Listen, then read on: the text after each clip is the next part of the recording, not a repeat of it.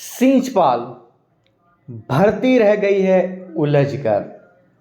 कभी आयोग जाती है, कभी आयोग से विभाग आती है, विभाग से फिर आयोग जाती है, आयोग से फिर विभाग आती है।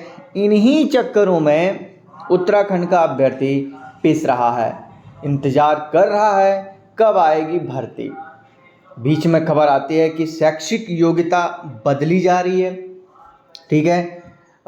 फिर बीच में खबर आती है कि पदों की संख्या बढ़ाई जा रही है, पहले ही ऑलरेडी 1000 से ऊपर थी, फिर बीच में पद छंट के कट कट कर अलग आते हैं।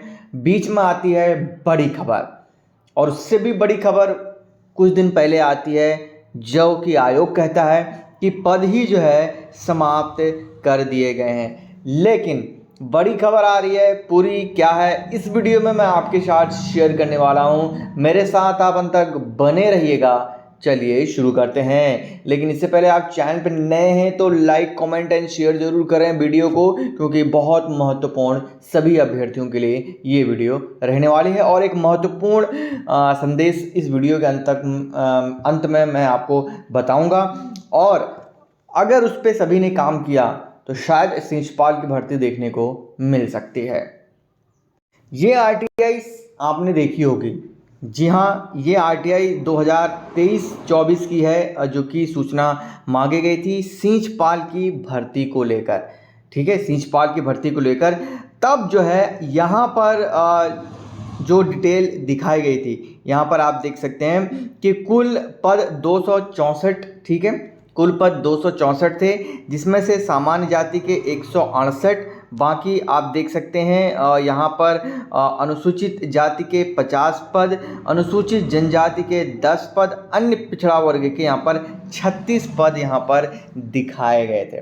और यहाँ पर अगर हम नीचे इसके थोड़ा सा अगर स्क्रॉल करेंगे तो यहाँ पर हमको सारी चीज़ें स्पष्ट होते हुए नजर आएंगी कि वर्तमान में कार्यरत, या आप देख सकते हैं इतने पद हैं, ये देखिए अलग अलग कैटेगरी वाइज, और 226 पद, जी हाँ 226 पद अभी भी जो है रिक्त चल रहे हैं। यानी कि यहाँ पर जो बड़ी खबर थी और उससे भी इंटरेस्टिंग जो है मैं आगे आपको बताने वाला हूँ कि क्या पूरा मामला यहाँ पर चल रहा है। बाकी अलग अलग जो कैटेगरी वाइज थे इन्होंने सारी जो है डिटेल मांगी थी। अब यहाँ पर जो बड़ी खबर है, कुछ दिन पहले एक और सूचना आई थी कि आयोग ने कहा था कि भाई साहब सींचपाल के पद खत्म कर दिए गए हैं, ऐसा विभाग कह रहा है। क्योंकि विभाग ने सींचपाल की जो पूरी अध्याचन आयोग के पास भेजी थी वो वापस मांग ली है। और याद हो आपको उत्तराखंड बेरोजगार संघ का भी एक डेलीगेशन सिंचाई विभाग गया था, जहां पर उनको भी यही सूचना दी गई थी। वो तो लगभग 500 से लेकर 600 के आसपास के पद बता रहे थे, बट यहाँ पर जो लेटेस्ट आरटीआई के तहत सूचना आई है उसमें भी सेम यही चीज़ कही गई है जो आज से 1 साल पहले आरटीआई में सूचना मांगी गई थी। सेम सूचना दी गई है कि सिंचाई विभाग के द्वारा कि अभी भी सींचपाल के 264 पद स्वीकृत हैं, जिनमें से 220 से अधिक पद जो है रिक्त चल रहे हैं। अब बात जो है समझ से परे नहीं आ रही है कि आयोग अभ्यर्थियों को घुमा रहा है या विभाग आयोग को घुमा रहा है। लेकिन घूम घूम के चक्कर कौन काट रहा है? अभ्यर्थी काट रहा है। इन सब के बीच, इन दोनों आयोगों के बीच में, या फिर कह लीजिए विभागों के बीच में, विभाग आयोग, आयोग विभाग के बीच में चक्कर जो है अभ्यर्थी काट रहा है।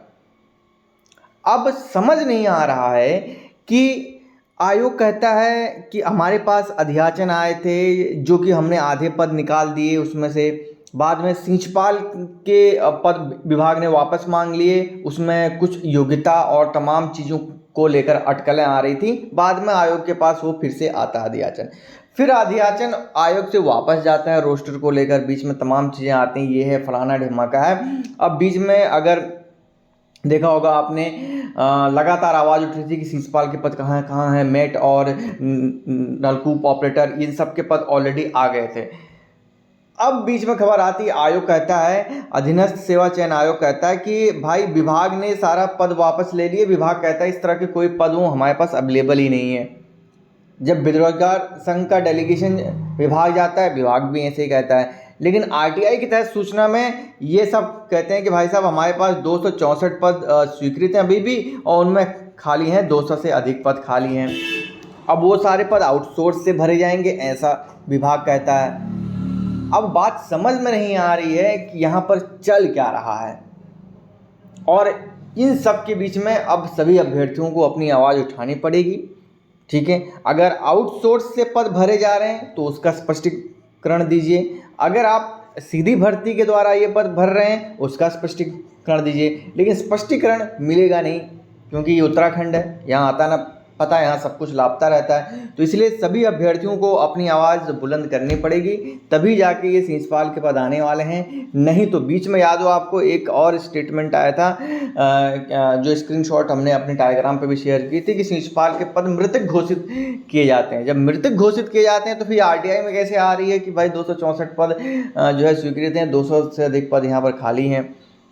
तो सब कुछ गड़बड़ झाला है, पता नहीं क्या है, कुछ समझ में नहीं आ रहा है। आई थिंक बेरोजगार संघ को भी इसमें थोड़ा सा और अपना रुख कड़ा करना पड़ेगा। साथ ही साथ अभ्यर्थियों को भी आवाज़ उठानी पड़ेगी। सींचपाल की भर्ती को लेकर सिंचाई मंत्री जो है हमारे सतपाल महाराज जी, उनसे मुलाकात करनी पड़ेगी। इसका ताज़ा एग्जाम्पल आपने देखा होगा कि कनिष्ठ अभियंता के वगैरह के जितने भी जो पद अटके थे उनको लेकर उन्होंने कह दिया कि भाई साहब आने वाले 1-2 दिन महीनों में ये भर्ती आपको देखने को मिलेगी। लेकिन सींचपाल के बारे में कोई नहीं कह रहा है, क्योंकि कोई आवाज़ उठाने वाला ही नहीं है।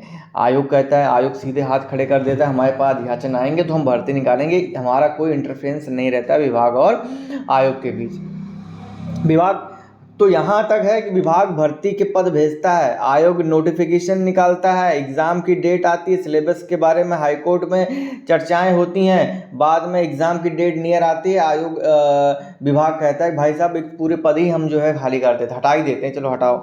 120 पद अभी पशुधन प्रसार अधिकारी के हटा दिए।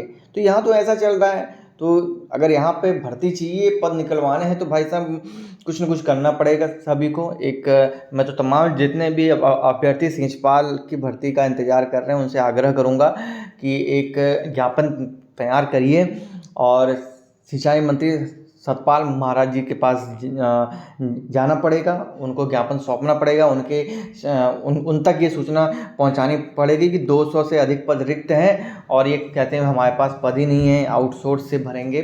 तो इस तरह के कुछ आवाज़ उठानी पड़ेगी, तभी ये पद आएंगे, नहीं तो ये कब आएंगे भगवान जाने, और कब ये आउटसोर्स से भर भी दिए जाएंगे आपको पता भी नहीं चलेगा।